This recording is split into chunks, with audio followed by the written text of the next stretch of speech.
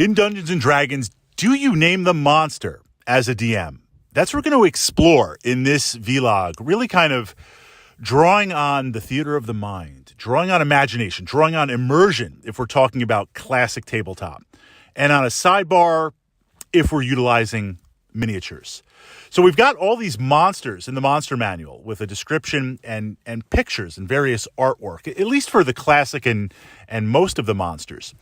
When a party encounters them the first time, and I don't always remember everything, but for the first time they encounter the monster, I will describe what it looks like. I'm not going to say, hey, you encountered an orc.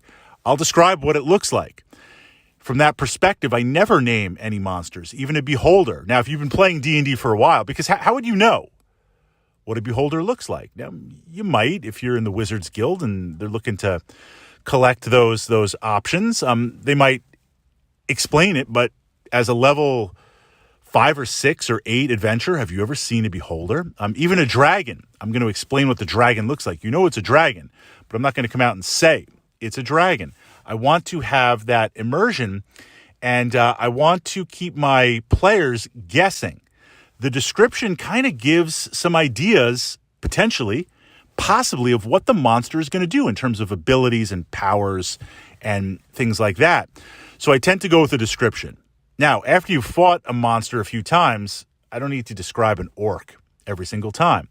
I don't need to describe other monsters, skeletons and zombies and undead. So sometimes I will say you see 5 or 6 skeletons, but then I'll describe maybe quickly what they look like and what weapons they're carrying. There's also this knowledge, a first level adventurer in D&D across all editions. You've got some experience, right? If you're a first level fighter, you've got some training, you've received some instruction, you've spent some time in the militia or maybe some small skirmishes. You've got that experience and you're setting out to adventure. So within that framework, let alone the world that you're playing in, whether it's Forgotten Realms or some other aspect of D&D, there is going to be common knowledge. Hey, we know what orcs look like. We know what goblins look like. We might know what lizard folk look like. We have this kind of idea. So sometimes as a DM, you can also explore that perspective.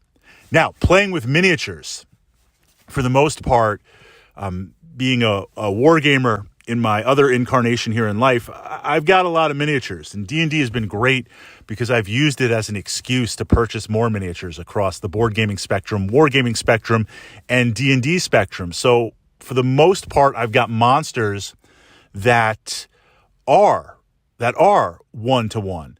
So I explain what the monster looks like, and then I put out the miniature.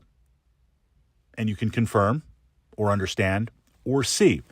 I prefer that immersion, especially if it's something that the players have not encountered before, as opposed to, okay, roll for initiative, there's 6 of these type of monsters. After you know them, after you've been through the module, after you've experienced them, then at that point, to save time or keep things going, yes. Now, turning it over to my fellow D&D enthusiasts, as a DM, do you just say the name of the monster, or do you explain what it looks like? And likewise, as a player, what do you prefer?